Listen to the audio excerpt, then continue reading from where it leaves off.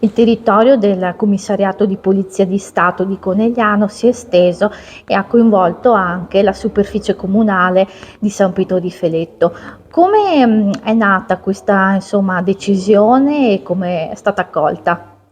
Il territorio di San Pietro di Feletto è a pochi chilometri dal commissariato di Conegliano. Abbiamo sentito le istanze del territorio, le abbiamo accolte, vista appunto la particolare contiguità, e abbiamo ritenuto che quelle che sono delle incursioni occasionali delle volanti del commissariato invece diventassero stabili, perché appunto il territorio del commissariato di Conegliano si è esteso anche al comune di San Pietro di Feletto, così insomma la Polizia di Stato sarà presente anche in questa parte del territorio contigua che ha manifestato proprio anche la volontà e la voglia di avere anche le nostre volanti e la presenza della Polizia di Stato su questo territorio.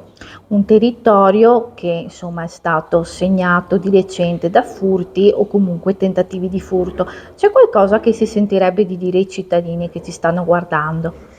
Guardi, tentativi di furto, furti in abitazione, in questi momenti si parla di estate, si parla di vacanze. Ecco, è uscito proprio da poco un nostro decalogo della Polizia di Stato per dare dei consigli ai cittadini.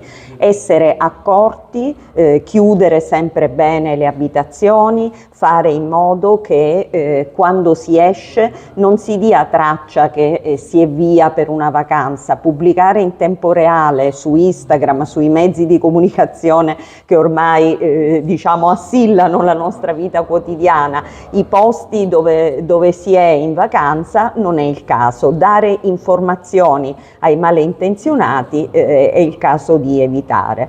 Per cui mi sento di dire di essere attenti, perché ognuno deve fare la propria parte. Noi facciamo la nostra garantendo la prevenzione e il controllo del territorio, ma ogni cittadino, ogni proprietario di abitazione deve fare la sua, e quindi essere superficiali o poco attenti, ecco, questo non va bene. Insomma, bisogna tutelare le proprie abitazioni, così come noi lo faremo con il controllo del territorio.